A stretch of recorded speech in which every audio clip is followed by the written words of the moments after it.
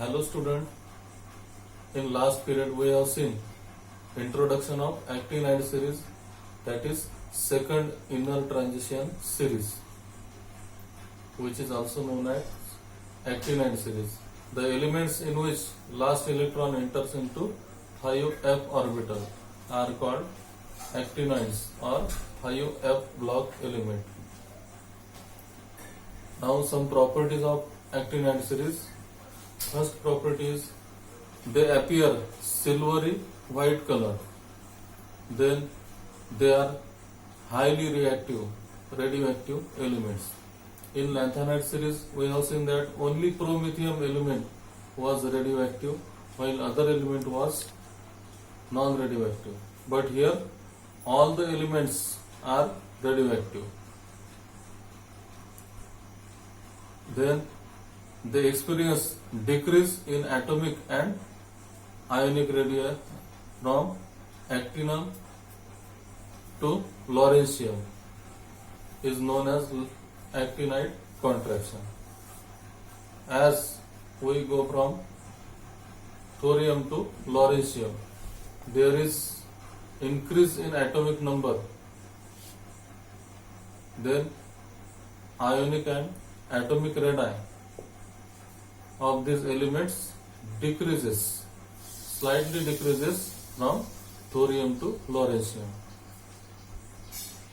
So it is known as actinide contraction. Then they usually exhibit +3 oxidation state. Elements of first of the series usually exhibit higher oxidation state. Then applications of actinoids. We have seen that the half-life periods of thorium and uranium isotopes are so long. Half-life period of thorium is 1.4 into 10 raised to power 10 years and half-life period of uranium is 4.5 into 10 raised to power 9 years. So, isotopes of these elements are so long that their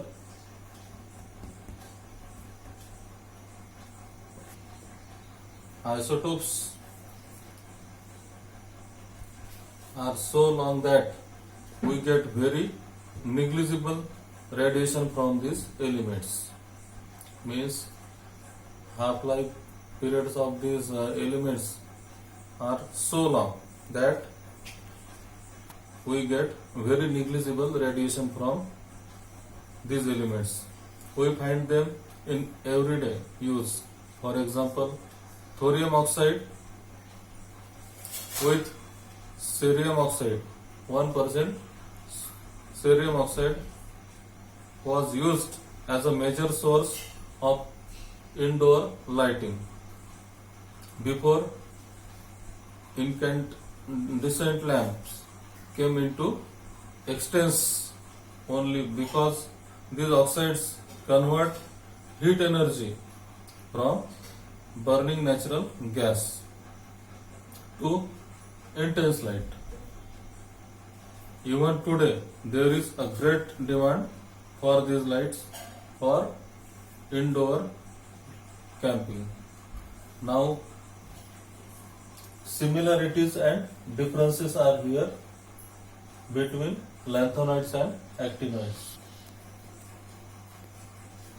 Here similarities between lanthanides and actinides means what is similar between lanthanides and actinides?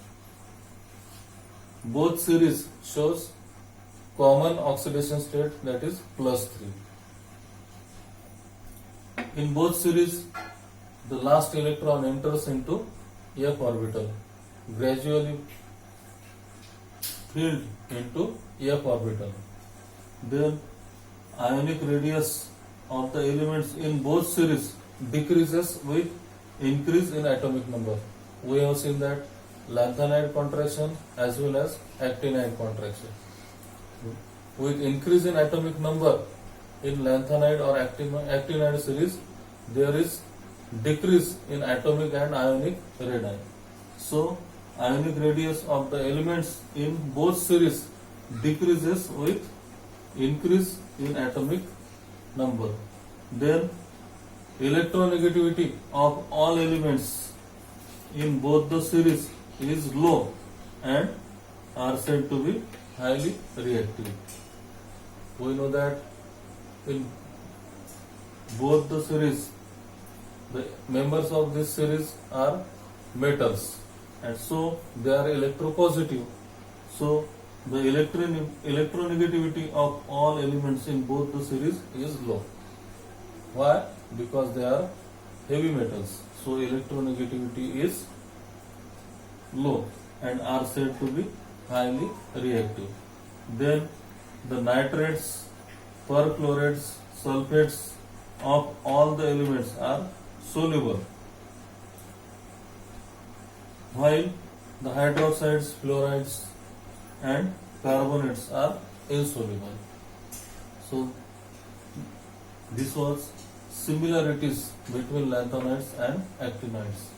Now difference between lanthanides and actinides.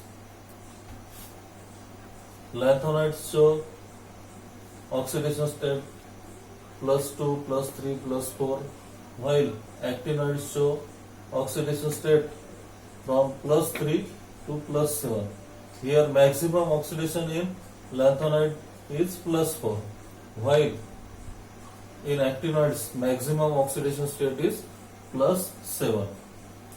Then lanthanides do not form complexes easily, while actinides have a greater tendency to form complexes with liquids such as thioethers.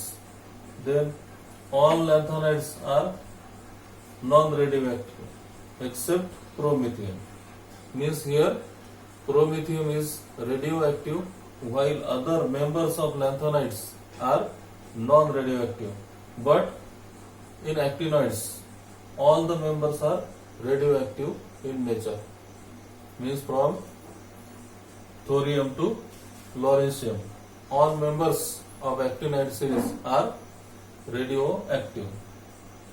Then lanthanoids do not form oxocations, but actinoids form oxocations like uranium oxide here. Then most of the lanthanides are colorless in nature. Means they are fairly colored or colorless in nature, whereas actinoids are colored ions. They form colored complex. Thank you.